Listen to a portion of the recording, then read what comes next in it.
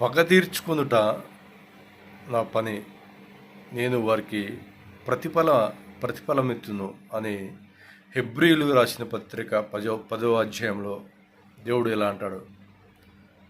ఏమండి, మన దేవుడు గొప్ప దేవుడు. దేవుని బిడ్డలుగా మనం చేయాల్సిన పని ఏంటంటే, ఎవరైనా ఏమైనా అంటే వాళ్ళ మీద కాలు దువ్వాలా? లేదండి, దేవునితో చెప్పాలి. నీ ఇంటి పక్కల వారు కావచ్చు, నీ మీద గొడవకు వస్తున్నారా? నీ కోడి మా ఇంట్లోకి వచ్చింది, మీ కోడి మా ఇంట్లోకి వచ్చింది, మీ నీళ్ళు మా ఇంట్లోకి వస్తున్నాయి, మీరు మా ఇంట్లో దారి పెట్టి నడుస్తున్నారు, మీ మీ హద్దు ఎంతవరకు, మీ స్థలం హద్దు ఎంతవరకు, మీరు అని ఇట్లా అనేక విధాలుగా విమర్శ పెడుతూ, బాధ పెడుతూ, మీ మీద నిందలు వేస్తూ, అపనిందలు వేస్తూ గొడవలకు దిగుతున్నారా? అయితే మీరు ప్రేమపూర్వకంగా చెప్పండి.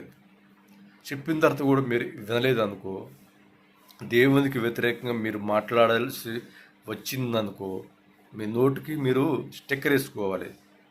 స్టిక్కర్ వేసుకున్నా అంటే మీరు మౌనం వహించి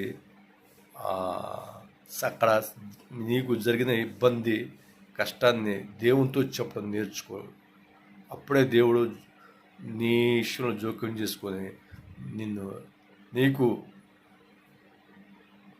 సరైన న్యాయాన్ని, తీర్పుని ఇస్తాడు. ఏమండి, రోడ్డు మీద ఇద్దరు యువకులు కలబడుతున్నారండి.